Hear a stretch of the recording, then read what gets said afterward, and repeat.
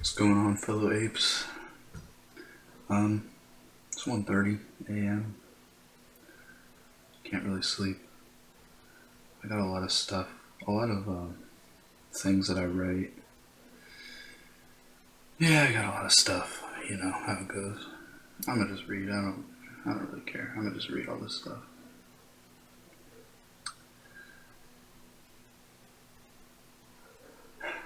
Vision of a dark arm like sludge holding up the light. A necessary background for light. In a way, darkness is the vessel of light. Viewing the whole is liberation from identity with either. Fear, the groundwork for courage. Discomfort, the background for the subject of bliss. As one ascends dimensions, he moves from the outside phrase of the fractal pattern closer to the one at the center. Move a mile without walking.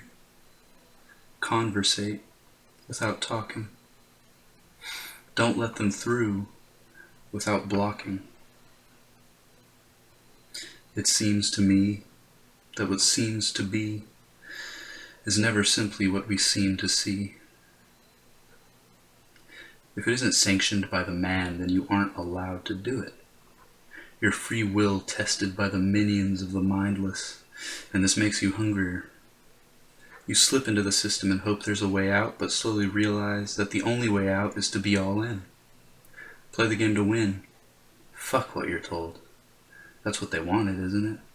For you to keep playing their game. So beat them at it. Claim the position you fear. Search hard for what you're looking for, especially if you don't know what you're looking for. You will find it, not knowing.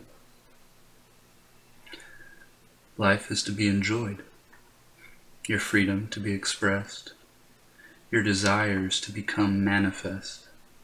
Life is to be enjoyed, nothing more, nothing less.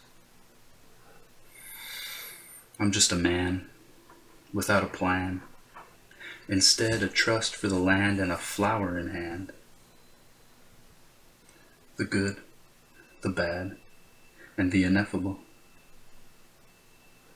We imagine we exist in two realms simultaneously forever. Perpetually we play out scenarios in the realm of possibility within our mind.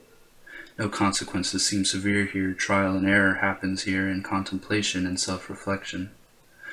The most effective action that is chosen during this trial and error of life is then brought manifest. However, this separation of realms is mere illusion.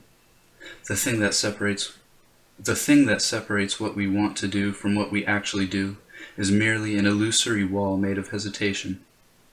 When one breaks the wall of waiting and hoping, he finds that the realm of endless possibility truly exists in full reality inside of himself. This means that so does the reality that he calls his life.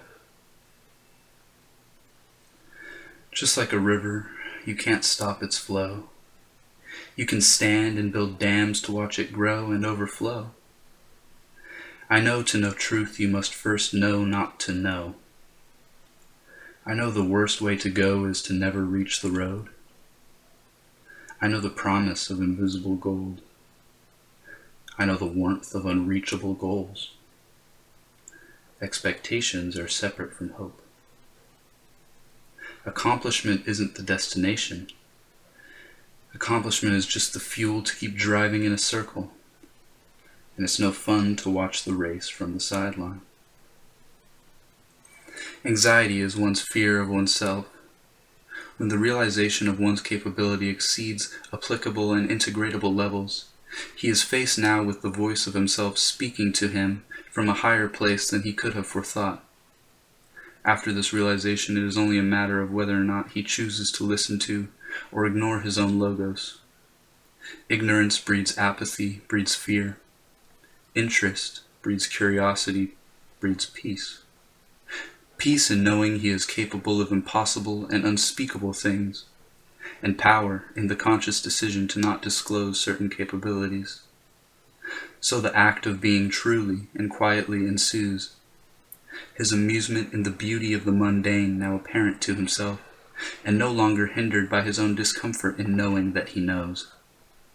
So now he acts within the very small window of reality that is now, and so does the moment he acts within. And in this act he forgets. He forgets many things, like what his problem is and why he worries, and every now and again may forget about himself entirely and altogether. And thus one might slip into a secret, unknowingly and simply at his wit's end. A little whisper of a big secret lies in the silence beyond the act.